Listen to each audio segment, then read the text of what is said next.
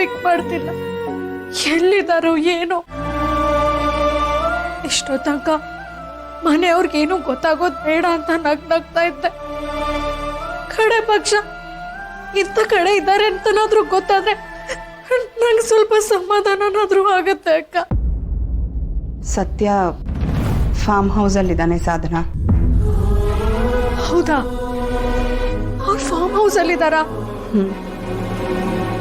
ಮಾವಯ್ಯಂಗೂ ಸತ್ಯಂಗೂ ಮದುವೆ ಮನೆಯಲ್ಲಿ ಜೋರ್ ಜಗಳ.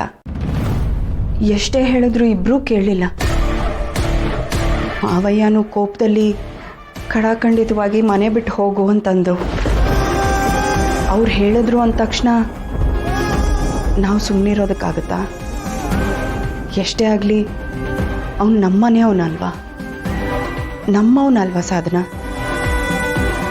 ಅದಕ್ಕೆ ಅವನು ಉಳ್ಕೊಳ್ಳೋ ವ್ಯವಸ್ಥೆನ ಫಾರ್ಮ್ ಹೌಸಲ್ಲಿ ಮಾಡೋದಕ್ಕೆ ಹೇಳಿದೆ. ಥ್ಯಾಂಕ್ಸ್ ಅಕ್ಕ. ಫಾರ್ಮ್ ಹೌಸ್ ಅಲ್ಲಿದ್ದಾರಲ್ಲ, ನನಗೆ ಜೀವ ಬಂದಂಗಾಯ್ತು. ಎಲ್ಲೋ ಹೊರಟೋಗಿದ್ದಾರೆ ಅಂತ ಅನ್ಕೊಂಡ್ಬಿಟ್ಟಿದ್ದೆ. ನಾನು ಇಬ್ಬರಿಗೂ ಹೇಳಿದೆ ಸಾಧನ, ಏನೇ ಇದ್ರೂ ಮನೆಗೆ ಹೋಗಿ ಮಾತಾಡ್ಕೊಳ್ಳೋಣ ಅಂತ. ಮಾವಯ್ಯನ ಹತ್ರ ಸಾಧನನ ಬಗ್ಗೆ ಯೋಚನೆ ಮಾಡಿ, ಈಗ ಮದುವೆ ಆಗಿ ಬರ್ತಿರೋ ಸೀತಾ ಮತ್ತೆ ಸಿಹಿ ಬಗ್ಗೆ ಯೋಚನೆ ಮಾಡಿ ಅಂತ ಎಷ್ಟು ಬೇಡ್ಕೊಂಡೆ. ಆದ್ರೆ ಇಬ್ರು ನನ್ನ ಮಾತು ಕೇಳಲಿಲ್ಲ. ಹೊಸದಾಗಿ ಮದುವೆ ಆಗಿ ಬಂದು ಹುಡುಗಿ ಇದೆಲ್ಲ ನೋಡ್ಬೇಕಾ? ನಮ್ಮನೆ ವಿಷಯಗಳು ಹೀಗೆ ಅವಳ ಮುಂದೆ ಬರಬೇಕಾ ಅಂತ ಅಂಗ್ಲಾಜ್ ಬೇಡ್ಕೊಂಡೆ.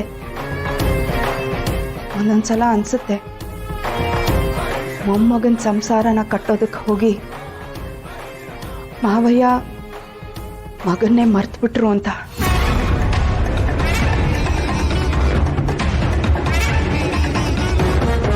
ಮಾವಯ್ಯ ಹೀಗೆ ಮಾಡ್ತಾರೆ ಅನ್ಕೊಂಡಿರ್ಲಿಲ್ಲ ಅಕ್ಕ. ನಾನು ನನ್ನ ಗಂಡ ಅಷ್ಟಕ್ಕಷ್ಟೇ ಅಂತ ಗೊತ್ತಿತ್ತು. ಆದ್ರೆ ಮನೆಯಿಂದನೇ ಹೊರಗೆ ಹಾಕ್ತಾರೆ ಅನ್ಕೊಂಡಿರ್ಲಿಲ್ಲ. ನೊಂದ್ಕೋಬೇಡ ಸಾಧನ, ನಮ್ಮ ಹಣೆಯಲ್ಲಿ ಏನು ಬರ್ದಿದೆಯೋ ಅದೇ ತಾನೇ ಆಗೋದು.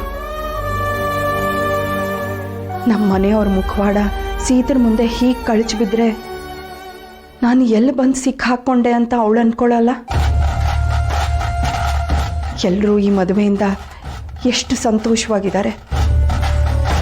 ಅವ್ರ ಸಂತೋಷನ ನೋಡಿಕೊಂಡು ಮನೆ ಸೊಸೆದೀರ್ ನಾವು ನಮ್ಮ ದುಃಖನೆಲ್ಲ ಮರಿಬೇಕು ಅಲ್ವಾ? ಮಾವಯ್ಯಂಗೆ ರಾಮ ಅಂದರೆ ಪ್ರಾಣ. ದೇವ್ರೆ, ಇವತ್ತು ನಮ್ಮ ಸಿಹಿ ಹುಡ್ದಬ್ಬ. ಅವಳಿಗೆ ಆಯುಸ್ಸು, ಆರೋಗ್ಯ, ಅದೃಷ್ಟ, ವಿದ್ಯಾ, ಬುದ್ಧಿ ಎಲ್ಲ ಕೊಟ್ಟು ಕಾಪಾಡಪ್ಪ. ಅವಳಿಗೆ ಇಷ್ಟ ದಿವಸ ಅಪ್ಪ ಇಲ್ಲ ಅನ್ನೋ ಕೊರಗುನ ರಾಮನ್ ಕಳಿಸಿ ನೀಗಿಸ್ದೆ. ನಮ್ಮ ಸಿಹಿನ, ರಾಮ್ನ, ಸೀತನ ಎಲ್ಲಾರನ್ನೂ ಯಾವಾಗ್ಲೂ ಚೆನ್ನಾಗಿಡಪ್ಪ. ಏ ಶಾಂತ, ಬರ್ತ್ಡೇ ಸ್ಪೆಷಲ್ ಪೂರಿ ಸಾಗು ರೆಡಿನಾ? ನಾನು ಬಂಗಾರಿ ಕೊಟ್ಟು ಬರ್ತೀನಿ. ಇವತ್ತು ನಾನು ಬರ್ತಾಳೆ, ನನ್ ವಿಶ್ ಮಾಡಲ್ವಾ? ಬಂಗಾರಿ ನೀ ಬಂದ್ಯಾ? ಪುಟಿ, ನೀನು ವಿಶ್ ಮಾಡಬೇಕು ಅಂತ ಕಾಯ್ತಾ ಇದ್ವಿ. ನನಗೆ ಗೊತ್ತಿತ್ತು ನೀನು ನಮ್ಮನ್ನು ಮರೆಯೋದಿಲ್ಲ ಅಂತ.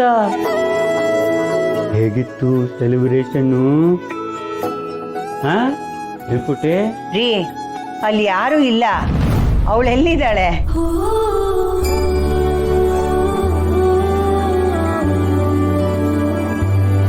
ಅಜ್ಜಿ, ತಾತನ್ ಬೈತ್ಯಾ? ನನ್ನನ್ ಬಿಟ್ಟು ದೇವ್ರಿಗೆ ದೀಪ ಹಚ್ಚಿದ್ಯಾ?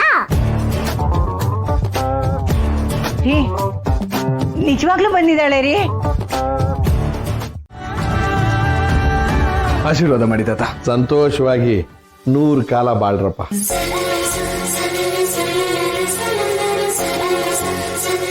ರಾಮ, ಹುಟ್ಟು ಹಬ್ಬದ ಶುಭಾಶಯಗಳು ಕಣ. ಥ್ಯಾಂಕ್ ಯು ಜಿಗಪ್ಪ. Hey little champ, happy birthday to you. ಏ ರಾಮ, ನೀನೇನೋ ಹ್ಯಾಪಿ ಬರ್ತ್ಡೇ. ಥ್ಯಾಂಕ್ಸ್ ಜಿಗಪ್ಪ. Appu, happy birthday. Thanks. Happy birthday ಬಂಗಾರಿ. Thank you. ರಾಮ್, ಸಿಹಿ ನಿಮ್ಮಿಬ್ರಿಗೂ ಜನ್ಮದಿನದ ಶುಭಾಶಯಗಳು. ಥ್ಯಾಂಕ್ಸ್ ಚಿಕ್ಕಿ. ಅಯ್ಯೋ ಬಂಗಾರ. ಭಾರ್ಗೋ, ಅಲ್ಲ ಈಗಿನ ಕಾಲದಲ್ಲೂ ಇಂಥ ಮಕ್ಳು ಇರ್ತಾರ ಅಂತ.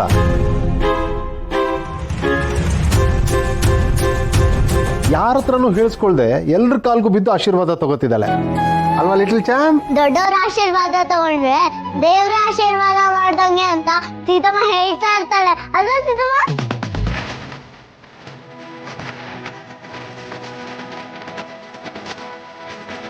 ಹೇಳು ಎಸ್ ಕ್ಯಾಪಿಟಲ್, ಈ ಥಾಟ್ನಿಂದ ನಿನಗೆ ಏನು ಗಿಫ್ಟ್ ಬೇಕು?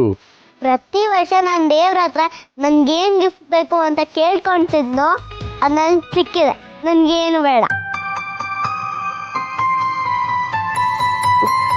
ಏನದಂತ ಗಿಫ್ಟು?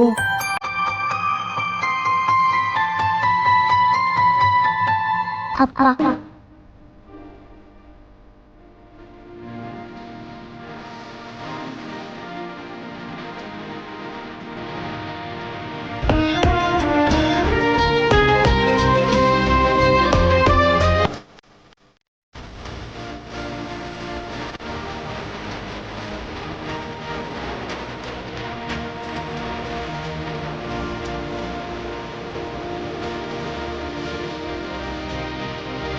ದೇವ್ರಿಂದ ಏನ್ ಬೇಕೋ ಕೇಳ್ಕೊ.